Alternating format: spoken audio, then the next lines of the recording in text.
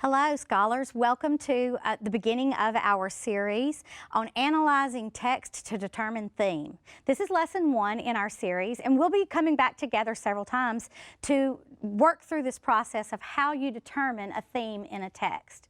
First, let me tell you a little bit about myself. I'm Sherry Blankenship, and I'll be your teacher for this series. I have taught English for 27 years and have been in Rankin County School District for the last 20. And I've taught English from grades 7 through 12 and everywhere in between, even a little bit of college teaching as well. So I'm excited to share this series with you and get to share this time together, because teaching and teaching English in particular are two of my biggest passions. So I'm excited about being with you over the course of these series. Today we're going to do an introductory lesson where we're going to use a piece of art to learn how to determine a theme in a text. So today, what we'll really be focusing in on is the idea of a universal topic or theme and how to tell the difference between those two. You may have heard of both of these terms but not known how they interact. Today, what we want to do is be able to define each one of those things and then to differentiate between the two so that we know how to get to a theme in a text. So let's get started. Let's start with a definition, and then we're going to apply it. So a universal topic, you can see on the screen I have a definition. It is things that all humans experience regardless of where you live, regardless of what your cultural background is. There are some things that just by virtue of being a human being, we all experience. Let's look at some of those. Before we do that, let's kind of compile a list. And I'd like for you to grab a piece of paper and a pencil and jot down some examples of things that you can think of off the top of your head that you know all human beings experience. I'll give you just a minute to get your paper and your pen, and then we'll get going.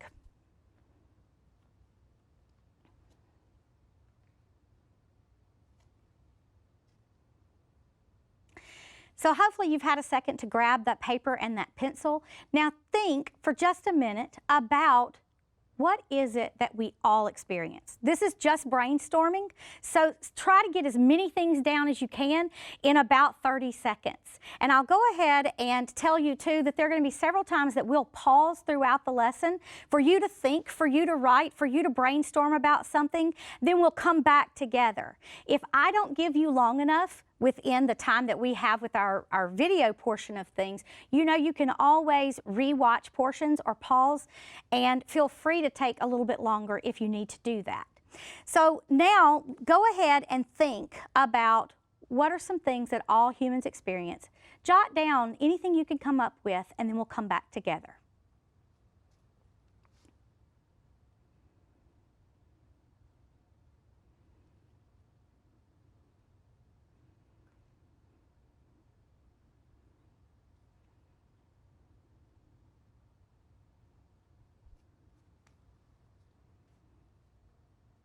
So I know that you're probably only beginning your list, but let's look at a list that I've compiled and talk about a few that maybe you have on your list as well. In thinking about what are some things that all humans experience, some of the ones that first came to my mind included things like love. We all experience something having to do with love over the course of our lives, and some of us will experience things very differently with love than others, but we all have some experience with it by virtue of being a human being. Unfortunately, the same can be said for disappointment. Disappointment in and of itself, our experience might not be negative, it might be the opposite of that, but within the realm of being a human being, we have some experience with that and things like relationships. Do you have some things like that on your list as well? Double check it and see if you can add a couple more things to it, and then I'll move to my master list that I've begun to create that you will probably want to create over time as well and continue to add to. So you'll notice that love and disappointment and relationships, things that I brought out as universal topics, are highlighted or bolded on our list, but there are lots of other things as well. This is definitely not an all-inclusive list, and there are many other things that you'll probably continue to think of, especially as we get into text together over the course of this series. Feel free to come back and add to your list as many times as you need to. But in looking at this list, you can see the kinds of things that, even though my experience may not be your experience with this universal topic, or the experience of someone right next to you, we all experience things within universal topics. That's why they're universal to all of us, but yet they are not a theme, not yet. So we'll get into that in just a minute. Let's talk about theme now. So universal topics are things that everybody experiences by virtue of being a human being.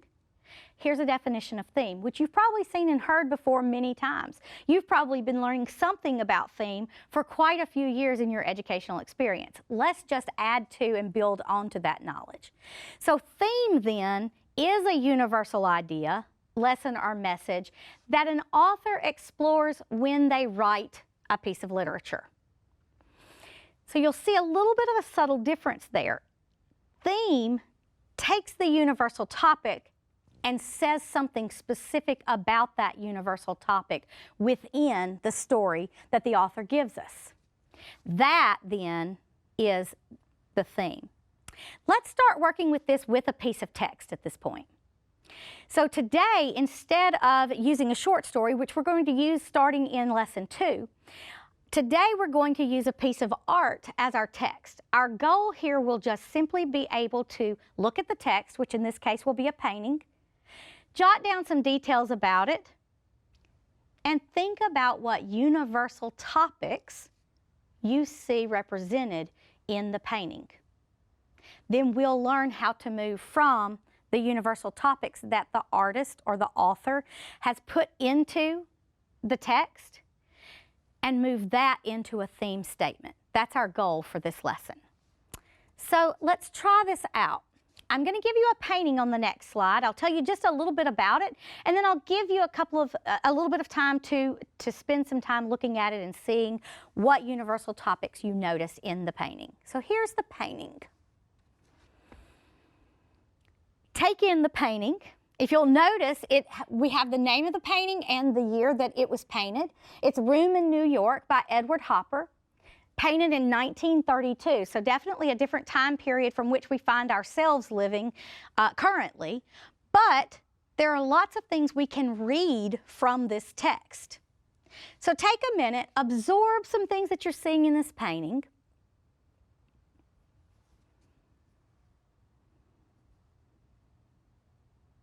So you've had a chance to look.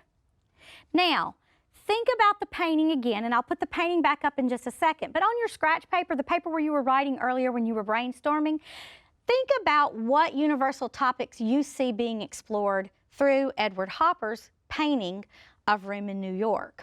And jot down your answers on your paper. Here's the painting again for you to look at.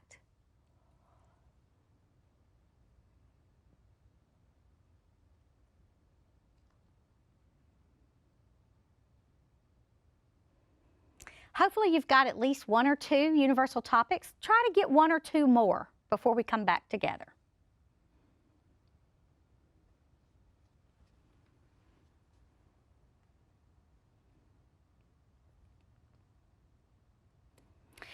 So I'll tell you a little bit about what I see in this painting, and you check yourself. It doesn't mean that just because you don't have exactly what I do, that it's not the right answer, but it does mean that I see these things, these universal topics being explored in this painting, things such as loneliness, isolation, and relationships. Those were some of the things that we had on our universal topics brainstorming list when we talked just a few slides ago.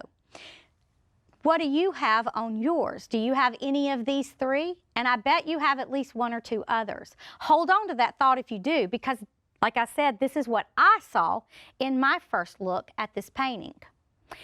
But now our goal will be to take it from a universal topic. Remember, we talked just a little while ago about the fact that a universal topic is something that all humans experience. Going back to what I saw first in my initial impressions of this painting, I saw things having to do with loneliness, isolation, and relationships, but this in and of itself is not a theme. This is simply universal topics that I see in some kind of way in our text, which in this case happens to be the painting.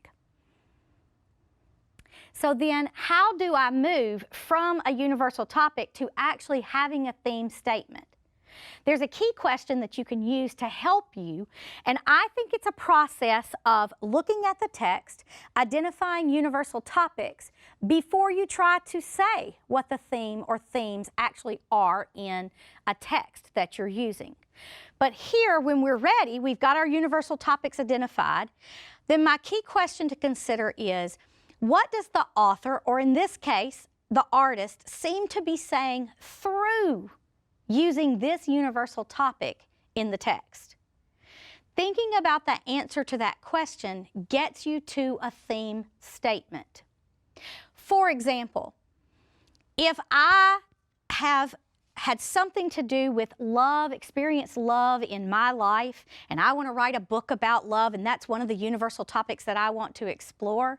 But I have a really good friend who also wants to write a book. We both can write a book. We both can write a book about the universal topic, exploring the universal topic of love. But because our life experiences have been different, even if we've known each other a very long time, we've not had identical experiences in life, what I might have to say about it could be completely different from what my friend has to say about the very same universal topic. However, what we each have to say about it would be considered a theme that comes out through the book that I write about it. Same thing with my friend. So that's why we are not at theme when we're just talking about what universal topics we see being explored, and we need to move from that to what is the author saying about this universal topic in this work, and then we get to theme. So thinking about that and using our key question to consider here, let's go back to our painting now and think about, what does the author seem to be saying about loneliness or isolation or relationships? And I'm going to go back and put the picture back up here for just a second, just so we can refresh our memory of it, see what we've got going here.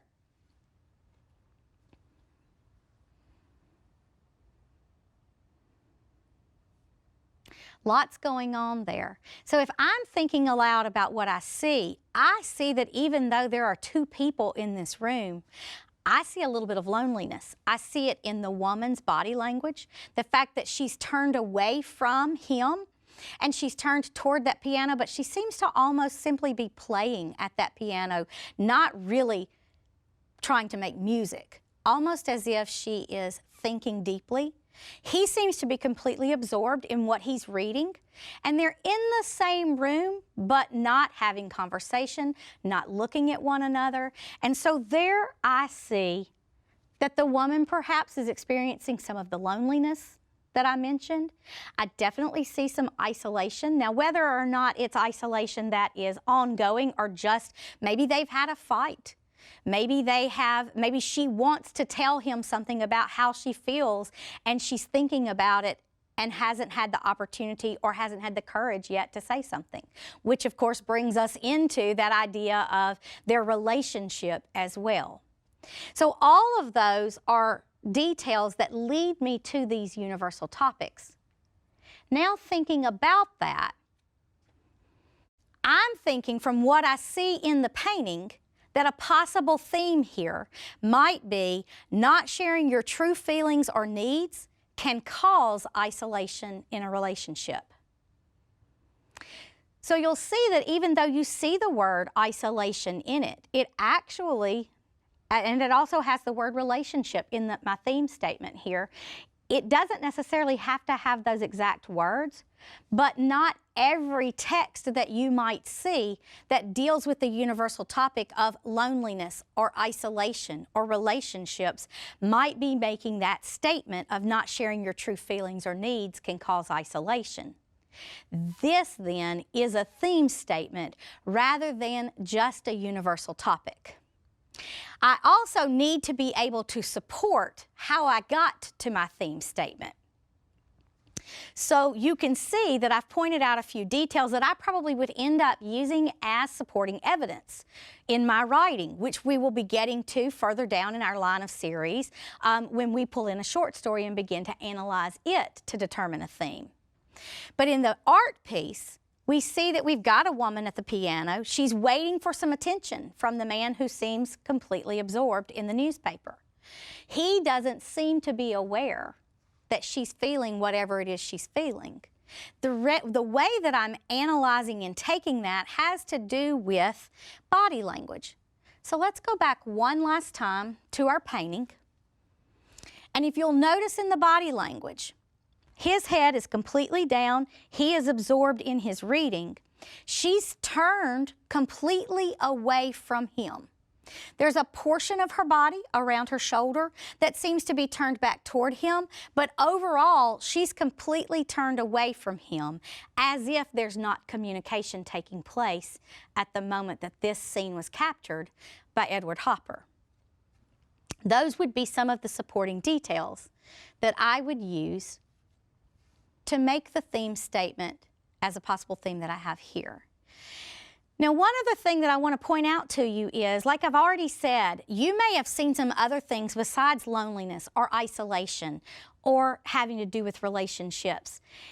If you'll notice, your answer to the key question is a theme in this text. That's one of the beautiful things about literature, is the fact that there are usually multiple themes taking place, weaving in and around universal topics. Sometimes a work of literature focuses very heavily on only one or two at the most universal topics. Sometimes there are multiple ones, particularly in a longer work such as a novel as opposed to a short story or a poem.